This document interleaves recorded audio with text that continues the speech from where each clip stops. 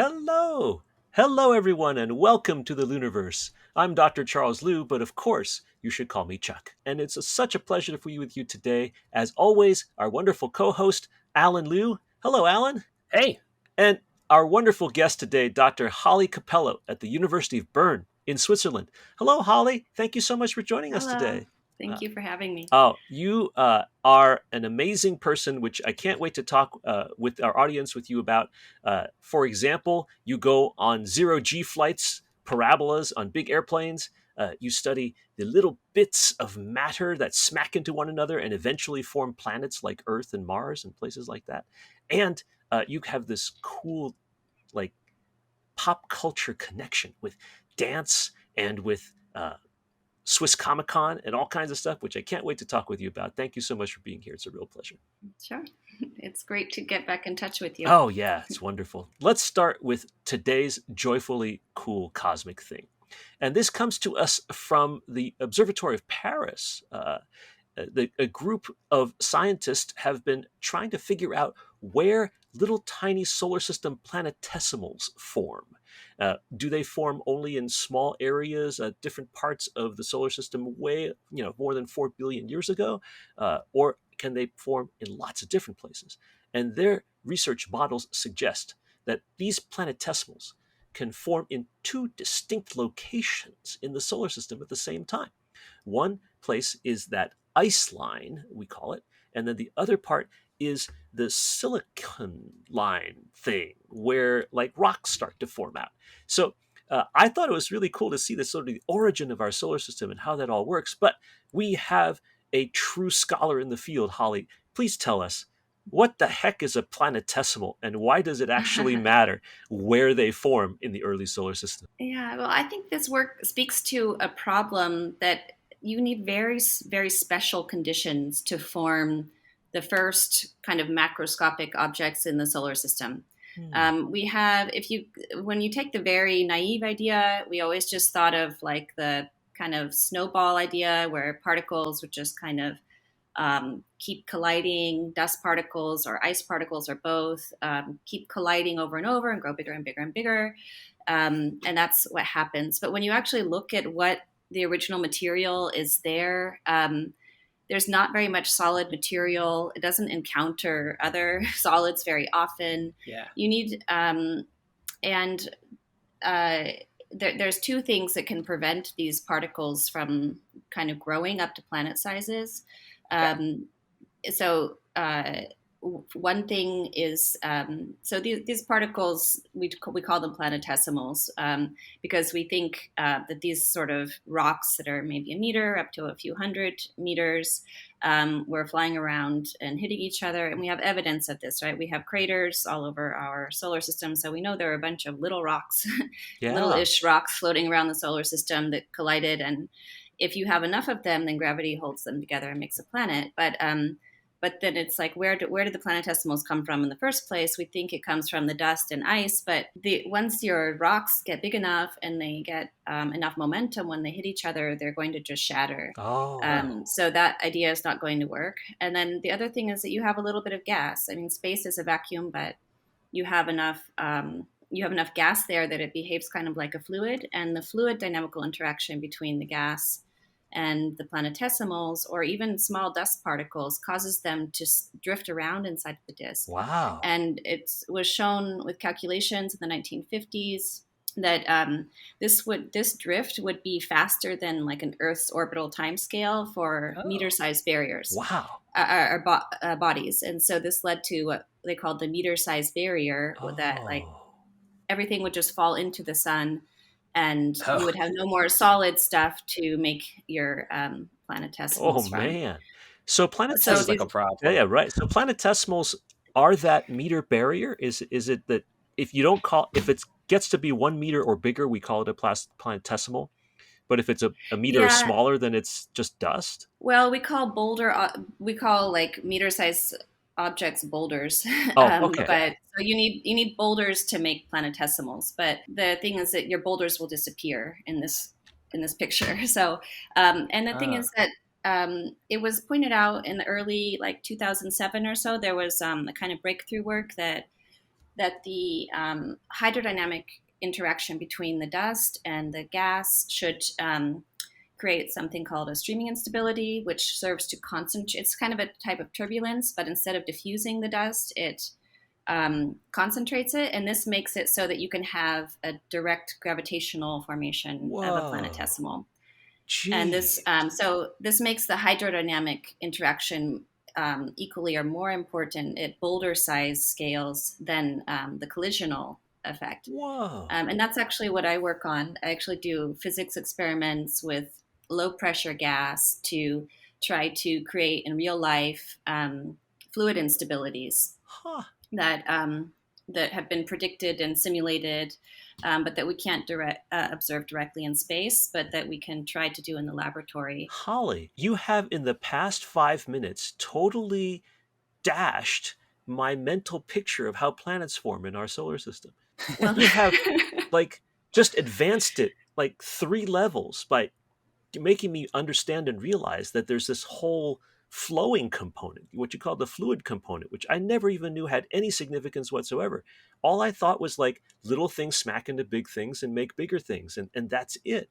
But you're telling me that that's like not even 1% of the story. That's remarkable. yeah, and there's actually a lot of things that we don't know about astrophysical flows in accretion disks that are related problems. I mean, we know they're accreting because we observe them bright in the X-rays, and we know that the gas disappears and stuff. But Yeah. there's still a lot of questions about like how turbulence is formed in protoplanetary disks, and Whoa. it's a related question. But my focus is really about how the solids and the gas interact, because it's what we want to know what the solids do. It's like the question for how to actually get the initial seeds of planet formation Fantastic. started. I mentioned something about Alice in Wonderland before Oh, we started yes. talking, Yes. Yes. because Remind us. I was trying to. So like the whole idea of the parabola comes from Einstein's realization that that when objects are in free fall, uh, they don't feel gravity acting upon them. And I was trying to, and it also comes back from like originally the realization, I think it was Galileo, that pointed out that objects of different sizes will and different mass will all fall Yeah. the same speed, right? Right. Even if They're accelerated when at they're the dropped same off the rate. tower. Yeah. Yeah. So like the two objects in their own reference frame with respect to each other, there's no forces acting on them when they're falling. Wow. So that's basically what the airplane does. It goes into this kind of push-up phase, and then it goes into a free fall phase. And when you're falling, that's when everything becomes weightless, and you really experience the weightlessness, and then you pull out. So when you go into the pull-up phase, you experience something called hypergravity. Oh.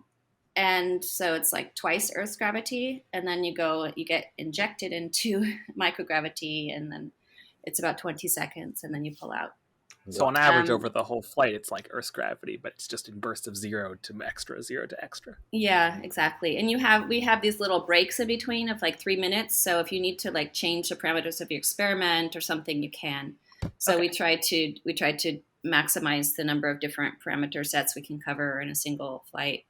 But there's like this scene when Alice in Wonderland falls through into the rabbit hole. Yeah. And like in the Disney version, for example, she's falling and like everything's moving is still with respect to her, and then she kind of like catches something, and then she's like eating jam or something, and then she lets it go. Yeah. But it's like she lets it go, and it floats up, and she keeps falling at a different speed. And I was like, no, that's not right. That's That's not physical. Yeah, that's the Wonderland part, right? Because actually, Yeah, right. the jam should fall down with her. The only thing that is real is that her dress is kind of like a parachute, and it kind of like stops her fall, and that's the thing that can cause. So air resistance can yeah. actually stop the fall, and that's one of the things we study is like how what is the aerodynamic drag on dust particles. Oh.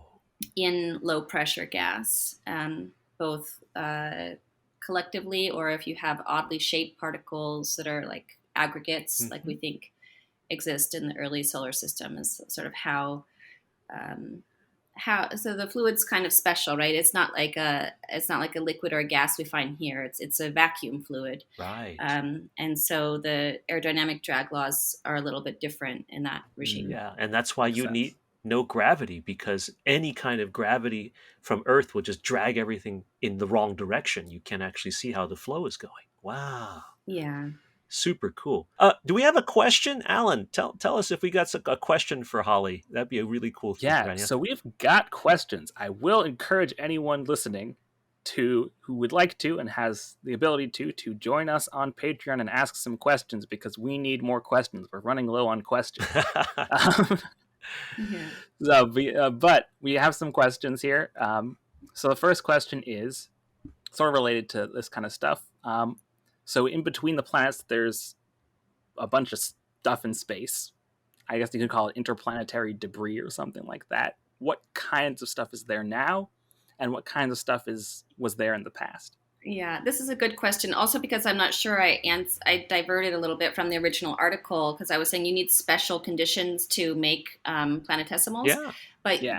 you also need special types of debris. I mean, in the sense that this fluid dynamical process that we expect to help facilitate the planetesimal formation process only works if your particle size is a certain size, or if the ratio of like the mass that's tied up in gas is similar to the ratio of mass that's tied up in solids. Oh, And so Okay. this condition is not met in all places. So like the ice line or the silicate line, those can be special places, because one thing that happens at the ice line is that you get a pileup of water vapor, and you can I realized that I used the word ice line, and I didn't really explain what the ice line is.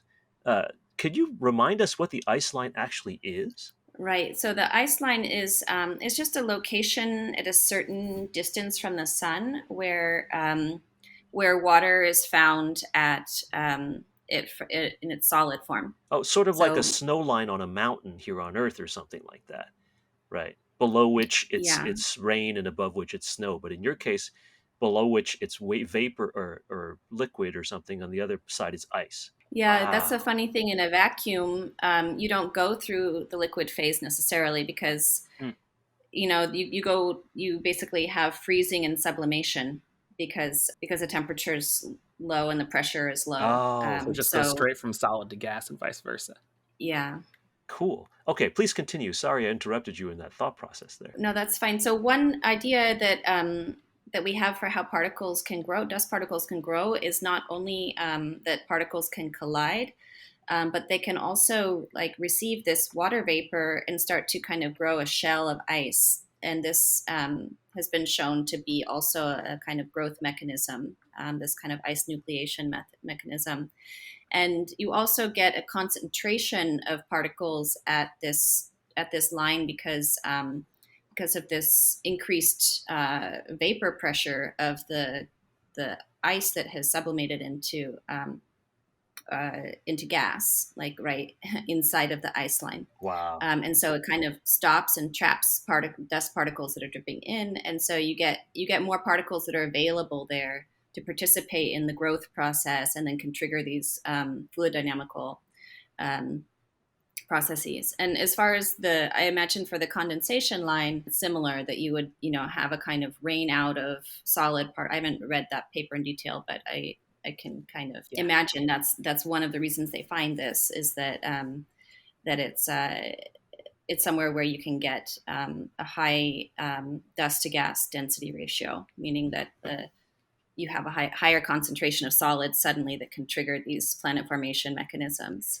Very cool. Um, So but how much material is floating around in the solar system overall? well, I mean, we kind of look. I mean, in the beginning, we kind of assume that the mass was distributed kind of homogeneously, but a lot of like the most recent observations of protoplanetary disks show all these interesting structures, and there's a lot of postulation about rings and asymmetries and stuff like Yeah. that, and this is all thought to be part of the planet formation process.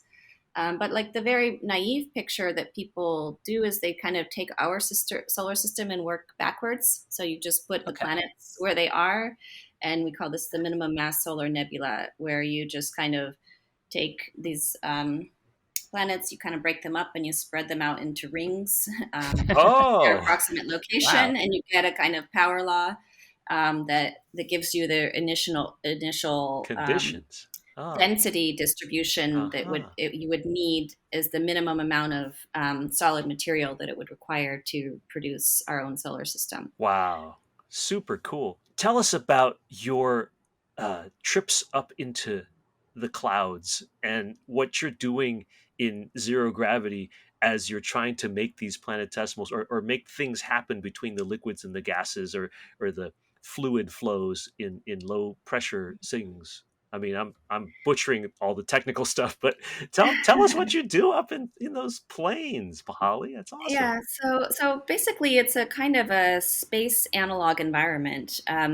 We use an airplane called Air Zero-G. It's operated Okay. out of Bordeaux, France, by a company called Novespace. That it's a semi-private company, but they only service scientific flights, basically.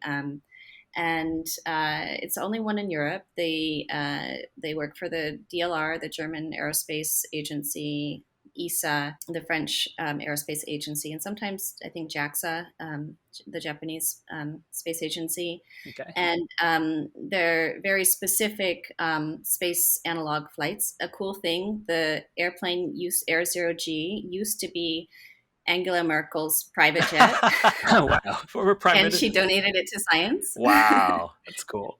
Well, And so they hollowed out most of it for science experiments, and then on the back there's like seats. And so the way it works is like you take off from Bordeaux, we fly over the ocean, and it's usually a 3-day campaign, and we execute about 90 parabolas.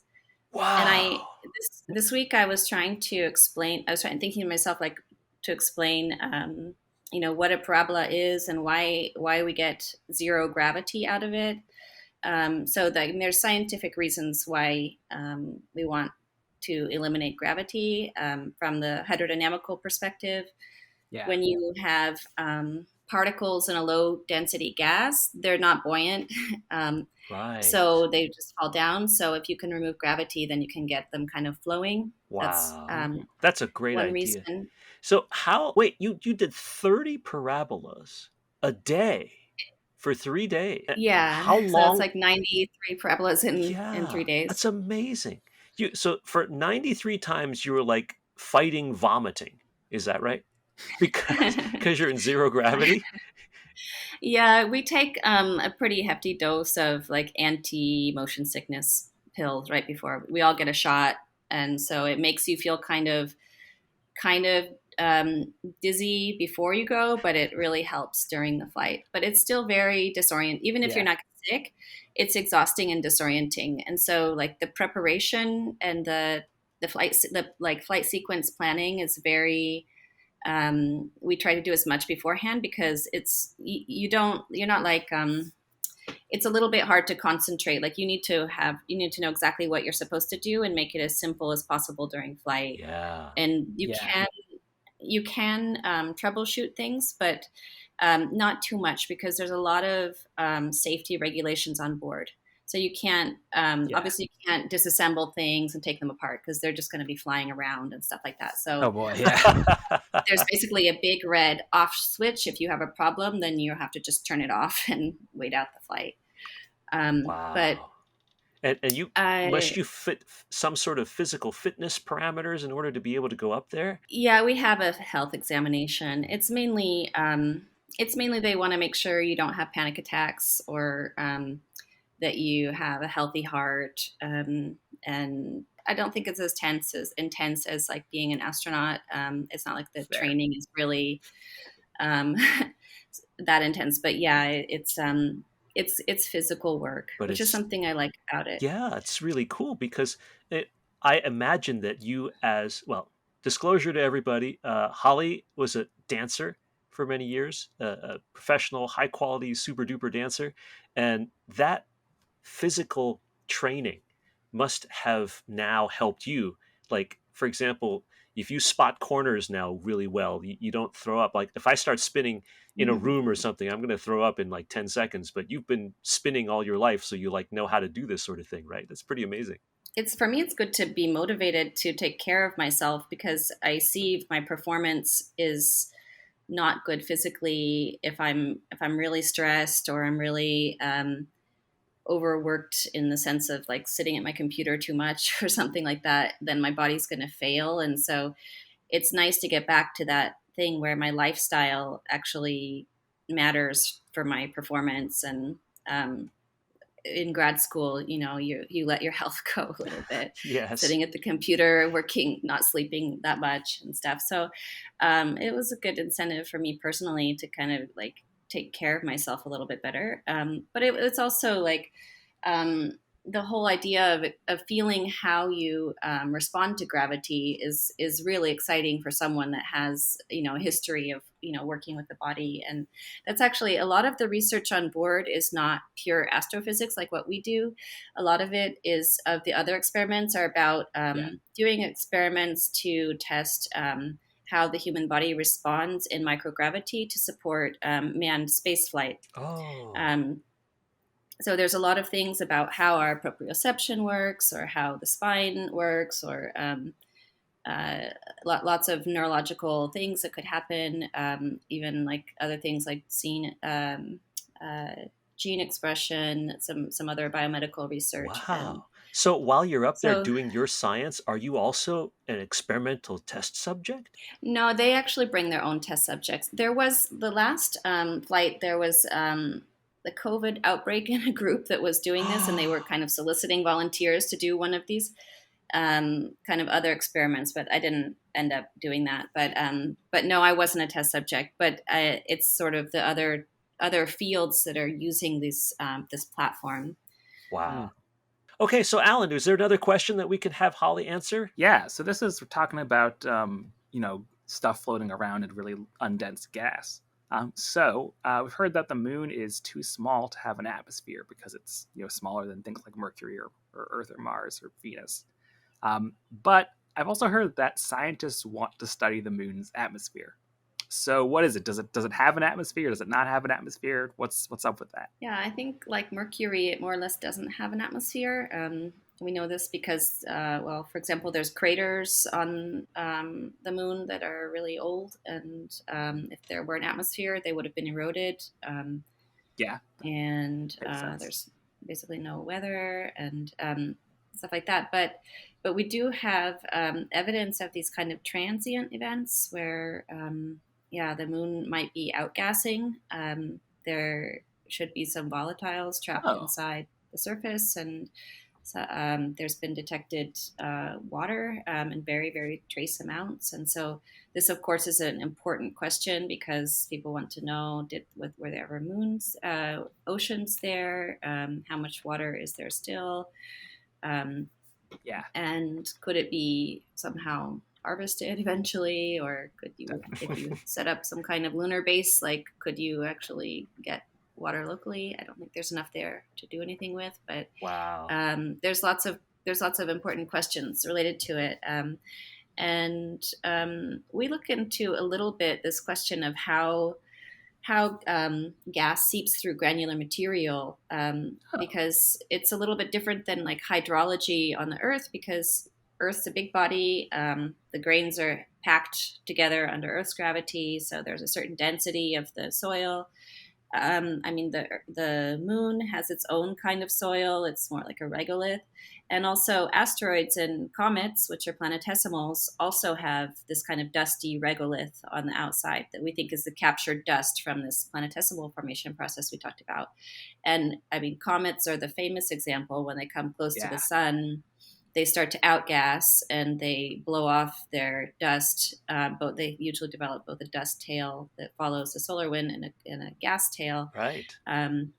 Yeah. But that's actually what we do our experiments in support of, is space missions to study comets. Wow. So there was the Makes Rosetta sense. mission that Yes. our group in Bern was very involved with the OSIRIS camera on that, and our collaborators in Göttingen at the Max Planck Institute for Solar System Studies also were heavily involved in that. And then the Comet Interceptor is going to be the new ESA mission. Ooh, Do you know about Comet no, Interceptor? that sounds I haven't heard great. about that one yet. No. So it's basically, the idea is that we have a satellite that has cameras and lots of different instrumentation on board for studying comets, kind of like Rosetta did, but instead of kind of going in orbit to have a chosen target, it basically sits at the one of the Lagrange points, and we wait for a comet to enter the early solar system, and then we send it out to meet it. Fantastic. That's why it's called the Interceptor. So you're just gonna pick a comet and just we're gonna go for that one. Yeah. So I mean, I think there's like a target list of some that could, and then you could, there's some that kind of were discovered serendipitously. So so yeah, that's the idea, is that you're ready to kind of go chase the whichever comet creeps into the inner solar system, and study it in the level of detail that Rosetta did with 67P. So, whatever. Yeah, I don't even try to pronounce it.